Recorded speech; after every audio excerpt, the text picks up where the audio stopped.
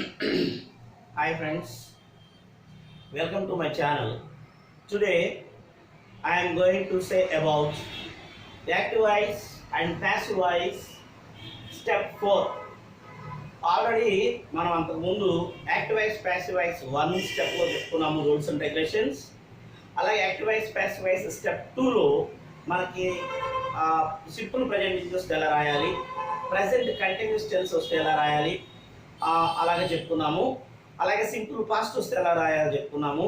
Step 3లో మనకి present perfect అంటే have కానీ హ్యాస్ కానీ హ్యాడ్ కానీ వస్తే మనం ఎలా రాయాలో చెప్పుకున్నాము. Today I'm going to explain about active voice and passive voice step 4. It is a very important role in our competitive exams. So here there are some tips. I am going to give you some tips, easy tips to get good marks in all competitive exams. So okay, so AVలో here active voice passive వాయిస్లో మనం అన్ని models తెలుగులో కాకోకుండా ఇక్కడ active voice and passive వాయిస్లో మనకి simple tips అనేటువంటివి అంటే ఇవి వస్తే మనం ఎలా రాయాలి అనేటువంటిది ఈజీగా మనం చెప్తున్నాము. సో ఏవిలో అంటే యాక్టివ్ వాయిస్లో విల్ కానీ వుడ్ కానీ కెన్ కానీ వుడ్ కానీ మే షల్ షుడ్ మైట్ మస్ట్ ఆట్ అనేటువంటివి వచ్చి అనుకోండి. అంటే సెంటెన్స్లో అవి ఉంటే ప్యాసివ్ వాయిస్లో అంటే పివి అంటే ఏంటి ప్యాసివ్ వాయిస్, ఆ ప్యాసివ్ వాయిస్లో విల్ వచ్చింది అనుకోండి విల్ బి అని రాసేస్తాం, వుడ్ వచ్చింది అనుకోండి వుడ్ బి పెట్టేస్తాం, అంతే ఇంకేం లేదు. సో విల్ అని కనిపించిందంటే విల్ బి అని, వుడ్ కానీ కనిపించిందంటే వుడ్ బి అని, కెన్ కానీ కనిపించిందంటే కెన్ బి అని, అలా ఇలా ఉన్న వాటికి మనం బి యాడ్ చేసుకొని ప్యాసివ్ వాయిస్లో వెర్బ్ V3ని మనం రాసుకోవచ్చు, ఈజీగా రాసుకోవచ్చు. సో ఇది మీరు ఈజీగా గుర్తుపెట్టుకోండి. సో ఇప్పుడు దానికి సంబంధించినటువంటి కొన్ని examples now I'm going to give some models, I mean examples. Suppose ఇక్కడ example Sudha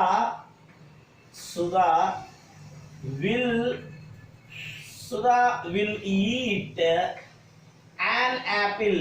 Sudha will eat an apple. ఇందులో ఈ సెంటెన్స్ లో ఏంటిది యాక్టివ్ వాయిసా ప్యాసివ్ వాయిసా? Active voice. ఎలా తెలుసుకున్నాం మనం యాక్టివ్ వాయిస్ ని? బై అనేటువంటి ప్రిపోజిషన్ కానీ లేనట్లయితే దాన్ని మనం యాక్టివ్ వాయిస్ గా గుర్తుంచుకోమన్నాం. సో మనం బై అనేటువంటి ప్రిపోజిషన్ ఈ సెంటెన్స్ లో లేదు కనుక ఇప్పుడు మనం ఏం చేయాలి? సుధా అనేటువంటిదేమో సబ్జెక్ట్ అయింది, విల్ ఈట్ అనేటువంటిదేమో వెర్బ్ అయింది, యాన్ యాపిల్ అనేటువంటిదేమో ఆబ్జెక్ట్ అయింది. సో యాక్టివ్ వాయిస్ నుంచి when we are going to translate from active voice into passive voice, object becomes subject అంటే ఆబ్జెక్ట్ ని సబ్జెక్ట్ గా మార్చుకోవాలి. యాన్ ఆబ్జెక్ట్ బికమ్స్ సబ్జెక్ట్ అంటే ఆబ్జెక్ట్ ని సబ్జెక్ట్ గా రాసుకోవాలి. యాన్ యాపిల్ విల్ వచ్చేసింది కదా, సో మనం ఏం చేయమనం? Will be an apple will be. Eat యొక్క 3 ఫార్మ్స్ ఏంటి? ఈట్ తీసుకున్నాం అనుకోండి ఈట్, ఏట్, ఈటెన్, ఓకేనా? సో ఇక్కడ వెర్బ్ V3 మనం ఎప్పుడు కూడా ప్యాసివ్ వాయిస్ లో రాసుకోవాల్సింది వెర్బ్ V3 అనేటువంటిది మోస్ట్ ఇంపార్టెంట్. సో ఇక్కడ ఈటెన్ దాని పక్కనే రాయాలి బై, సుధాగానే ఉంటుంది. సో ఇప్పుడు ఇది మనకి ప్యాసివ్ వాయిస్ అయిపోయింది. ఒకసారి మళ్ళీ మనం చూసుకున్నట్లయితే object becomes subject. So there is a will. So when there is a will we have to add be. Okay, we have to add be. So will be, and we have to write a verb V3. So eaten. When there is verb V3, then we have to write a by. It indicates passive voice. So an apple will be eaten by Sudha. Sudha cheta apple tinabadinadi. అలానే ఇంకొక example గా తీసుకున్నట్లయితే suppose they can speak English.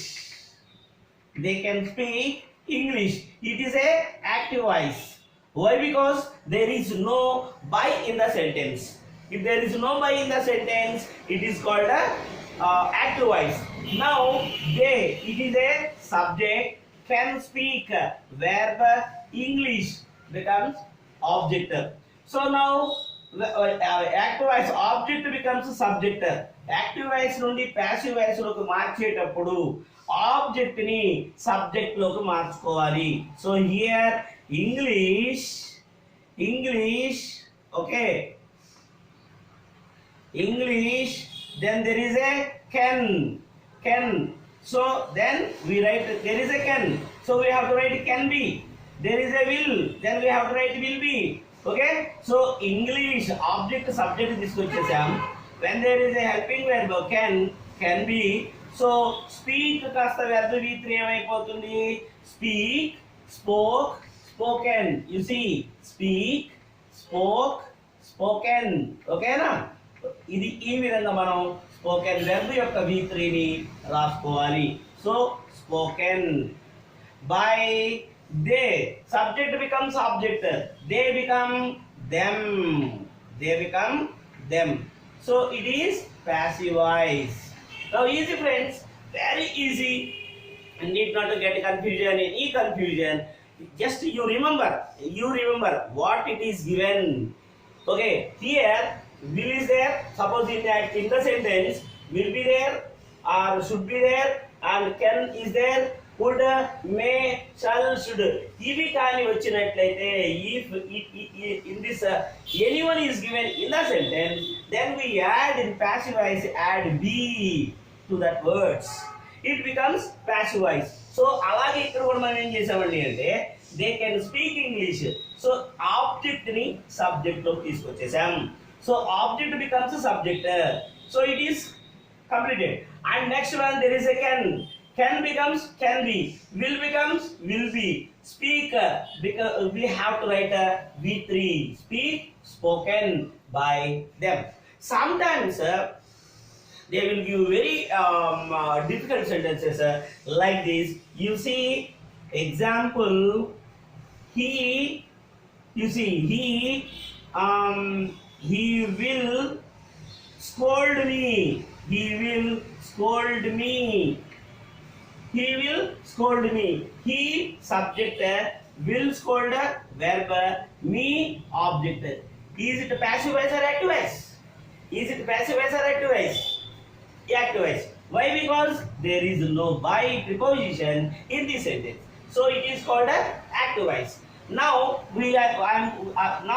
I am going to write passive voice. How can we translate from active voice to passive voice? Object becomes a subject. Me ఏమైపోతుంది? I అనేది అవుతుంది. Me becomes I. It is completed. Then there is a will. But what should we have to write here? You see, in our grammar, before I or we have to write shall. Listen carefully. I or we, first person singular or first person plural, before these two words we have to write shall. Sometimes if it is past tense, should. Okay, so ఇక్కడ మనకు I అనేటువంటిది వచ్చింది కాబట్టి ఇక్కడ will అనేది రాయకూడదు. ఇక్కడ will వచ్చింది కాబట్టి విల్ బి, కెన్ వచ్చింది కాబట్టి కెన్ బి, కానీ ఇక్కడ విల్ బి రాయొచ్చు. కానీ ఐ అనేటువంటిది వచ్చినప్పుడు షల్ అనేటువంటిది రాయాలనే రూల్ ఉంది కనుక షల్ బి. ఓకే, ఇది ఒక్కటి మీరు గుర్తుపెట్టుకోండి, షల్ బి. స్కోల్డ్ యొక్క వెర్బ్ యొక్క v3 ఏంటి? Scolded by. He becomes him, అంటే subject becomes object. It is a passive voice. So clear my dear friends? ఈజీగా ఉందా? కనుక మనకి ఏంటంటే అంటే వెరీ ఈజీగా టిప్ అనమాట, టిప్ ఆఫ్ లాంగ్వేజ్ అంటే ఈ లాంగ్వేజ్ లో అంటే యాక్టివ్ వాయిస్ ప్యాసివ్ వాయిస్ లో అది వాడు ఏ సెంటెన్స్ అని యాక్చువల్గా ఫ్యూచర్ అంటాము, లేకపోతే ఆక్సిలరీ వెర్బ్స్ అంటాము, లేకపోతే బీ ఫార్మ్స్ అంటాము, ఇవి ఏదైనా కారణం అంటే అవన్నీ మీకు గుర్తుపెట్టుకోవడం కన్ఫ్యూజ్గా ఉంటుంది. కాబట్టి కొంతమందికి అంటే తెలియనటువంటి వాడికి, especially who does not belong, who is not belonging to Telugu medium, English medium students, so they should remember the tip of language. So ఇక్కడ యాక్టివ్ వాయిస్ లో విల్లు, వుడ్, షల్లు, షుడ్, కెన్, కుడ్ ఇలాంటివి వస్తే మీరు ఒకటే ఈజీగా గుర్తు గుర్తుపెట్టుకునే విధంగా ఇలా రాసేసేయండి. విల్ వచ్చిందనుకోండి విల్ బి, షల్ వచ్చిందనుకోండి షల్ బి. కానీ కొన్ని సందర్భాలలో ఇక్కడ ఫస్ట్ పర్సన్స్ కానీ ఆబ్జెక్ట్లో ఉన్న సబ్జెక్ట్లో ఉన్న ఇవి సబ్జెక్ట్ ఇలాగానే ఉన్నట్లయితే మనకి మీ అనేది ఆబ్జెక్ట్ కదా, ఈ మీ అనేటువంటిది సబ్జెక్ట్ గా మారినప్పుడు ఐ వస్తుంది. సో ఈ ఐ ముందు మాత్రం మనం షల్ అనేటువంటి దాన్ని మనం నోట్ చేసుకోవాలి. అలానే మనకి ఇంకొక మోడల్లో చూసుకున్నట్లయితే అంటే ఇక్కడ విల్ బి కానీ షల్ బి కానీ ఇలాంటివి వచ్చినప్పుడు మనకి స్టెప్ 4 లో చాలా చాలా చాలా ఇంపార్టెంట్ అయినటువంటి కాంపిటేటివ్ ఎగ్జామ్స్ లో కానివ్వండి, అంటే దాంట్లో మనకి కానిస్టేబుల్స్ కానివ్వండి, లేకపోతే ఒకవేళ టెట్ కానివ్వండి, డిఎస్సి కానివ్వండి, లేకపోతే ఎస్ఎస్సి కానివ్వండి, ఏ ఎగ్జామ్లో అయినా సరే ఈ యొక్క యాక్టివ్ వాయిస్ ప్యాసివ్ వాయిస్ లో విల్లు వుడ్ షల్ షుడ్ అలాంటివి ఇస్తుంటాడు. అలాగే ఇంకొక మోడల్లో ఏంటండి అంటే యాక్టివ్ వాయిస్ లో విల్ హ్యావ్ కానీ గుర్తుపెట్టుకోండి, విల్ హ్యావ్ కానీ అలాగే వుడ్ హ్యావ్ కానీ, will have, would have, should have ఇలాగానే వచ్చినట్టయితే మీరు ఈజీగా గుర్తుపెట్టుకోవచ్చు. Will have, would have, should have ఇలాంటివి వచ్చినట్లయితే ఇంకా మైట్ హ్యావ్ అంటాడు, కుడ్ హ్యావ్ అంటాడు, ఓకేనా. సో ఇలాగానే వచ్చినట్లయితే మనం ప్యాసివ్ వాయిస్ లో విల్ హ్యావ్ వచ్చింది అనుకోండి, సేమ్ విల్ హ్యావ్ రాసి బీన్ అనేటువంటి దాన్ని రాయాలి. అలానే వుడ్ వచ్చింది అనుకోండి, వుడ్ హ్యావ్ అని ఇచ్చాడు అనుకోండి, చూసుకోండి అక్కడ వుడ్ హ్యావ్ వస్తే would have been, would have కాకుండా కేవలం వుడ్ వచ్చాడు అనుకోండి వుడ్ బి, ఇంత చెప్పుకున్నటువంటి మోడల్లో. అలాగే షుడ్ హ్యావ్ వచ్చింది అనుకోండి, షుడ్ హ్యావ్ బీన్ అనేటువంటి దాన్ని మనం రాయాల్సి ఉంటుంది. సో ఇది అంతా కూడా మనం ప్యాసివ్ వాయిస్ లో రాయాలి. సో ఒకసారి చూడండి my dear friends. So will have కానీ, వుడ్ హ్యావ్ కానీ, కుడ్ హ్యావ్ కానీ, షుడ్ హ్యావ్ కానీ లేదా మైట్ హ్యావ్ కానీ ఇలాంటివి యాక్టివ్ వాయిస్ లో కానీ పదాలు ఉంటే మనం ప్యాసివ్ వాయిస్కి వచ్చేసరికి మనం ఏం చేయాలి, విల్ హ్యావ్ ఉంటే విల్ హ్యావ్ బీన్ అంటే బీన్ అనేది ఒక్కదాన్ని రాస్తున్నాం, ఆ పదం రాసి బీన్ రాస్తున్నాం. అలాగే వుడ్ హ్యావ్ ఉందనుకోండి వుడ్ హ్యావ్ బీన్, లేదా షుడ్ హ్యావ్ ఉందనుకోండి షుడ్ హ్యావ్ బీన్ అనేటువంటి దాన్ని మనం ఇక్కడ రాయాల్సి ఉంటుంది. ఓకేనా, ఇవి మీరు ఈజీగా గుర్తుపెట్టుకోవాలి. ఇప్పుడు నేను చెప్పినటువంటి స్టెప్ 1 కానివ్వండి, స్టెప్ 2 కానివ్వండి, స్టెప్ 3 కానివ్వండి, స్టెప్ 4లో కానివ్వండి, చాలా టిప్ ఆఫ్ లాంగ్వేజ్ అనమాట. ఇవి ఈజీగా ఓహో వెర్బ్కి ఇంగ్ వచ్చింది బీయింగ్ రావాలి, అదే హ్యావ్ వచ్చింది బీన్ రావాలి, ఇదిగో విల్ కానీ కెన్ కానీ షుడ్ కానీ వచ్చింది విల్ బి షుడ్ బి రాయాలి. అలాగే will have, would have, should have అనేటువంటి దాని వచ్చినట్లయితే దానికి మనం బీన్ అంటే విల్ హ్యావ్ వచ్చిందనుకోండి విల్ హ్యావ్ బీన్ అనేటువంటి రాయాలి. సో ఇక్కడ మనం ఒక ఎగ్జాంపుల్ కానీ మనం చెప్పుకున్నట్లయితే, ఎగ్జాంపుల్ కానీ తీసుకున్నట్లయితే he would have opened the door. He would have opened the door. ఇప్పుడు చూడండి హీ అనేదేమో సబ్జెక్ట్ అయింది, వుడ్ హ్యావ్ అనేటువంటిది ఏమో వెర్బ్ అయిపోయింది, వుడ్ హ్యావ్ ఓపెన్డ్ అనేటువంటిది మొత్తం అంతా కలిసి మనకు వెర్బ్ అయిపోయింది, డోర్ అనేటువంటిది ఆబ్జెక్ట్ అయిపోయింది. ఇది మరి ఇది యాక్టివ్ వాయిసా ప్యాసివ్ వాయిసా? Active voice. ఇది ఓకేనా, ఇది యాక్టివ్ వాయిస్ అని చెప్పేస్తున్నాం. సో ఇప్పుడు ఆబ్జెక్ట్ ని సబ్జెక్ట్ రాసేస్తున్నాం అంటే ద డోర్. తర్వాత వుడ్ హ్యావ్ ఉంది, సో వుడ్ హ్యావ్ అనేటువంటిది ఉంది కనుక వుడ్ హ్యావ్, ఈ వుడ్ హ్యావ్ వచ్చినప్పుడు మనం ఏం చేయమన్నాం, వుడ్ హ్యావ్ బీన్ రాయమన్నాం కనుక would have been. Verb with 3 tense లో వాడే ఇచ్చేస్తాడు, వుడ్ హ్యావ్ బీన్ ఓపెన్డ్ బై, హీ కాస్త ఏమైపోతుంది హిమ్ అయిపోతుంది. ఇది ప్యాసివ్ వాయిస్. ఓకేనా ఫ్రెండ్స్. సో ఇంకొక ఎగ్జాంపుల్ అంటే ఈజీలో మనకి ఒక టిప్ ఆఫ్ అంటే ఇది ఫ్యూచర్ పర్ఫెక్ట్ అని లేకపోతే ఇలా కాకోకుండా మీకు కన్ఫ్యూజన్ కాకోకుండా ఇలాంటి పదాలు కానీ వచ్చినట్లయితే మనం ఈ విధంగా రాసుకోవాలి. అలాగే ఎగ్జాంపుల్ 2లోకి వెళ్ళినట్లయితే ఇందులోనే ఎగ్జాంపుల్ ఒకవేళ 2లోకి వెళ్ళినట్లయితే రమ్య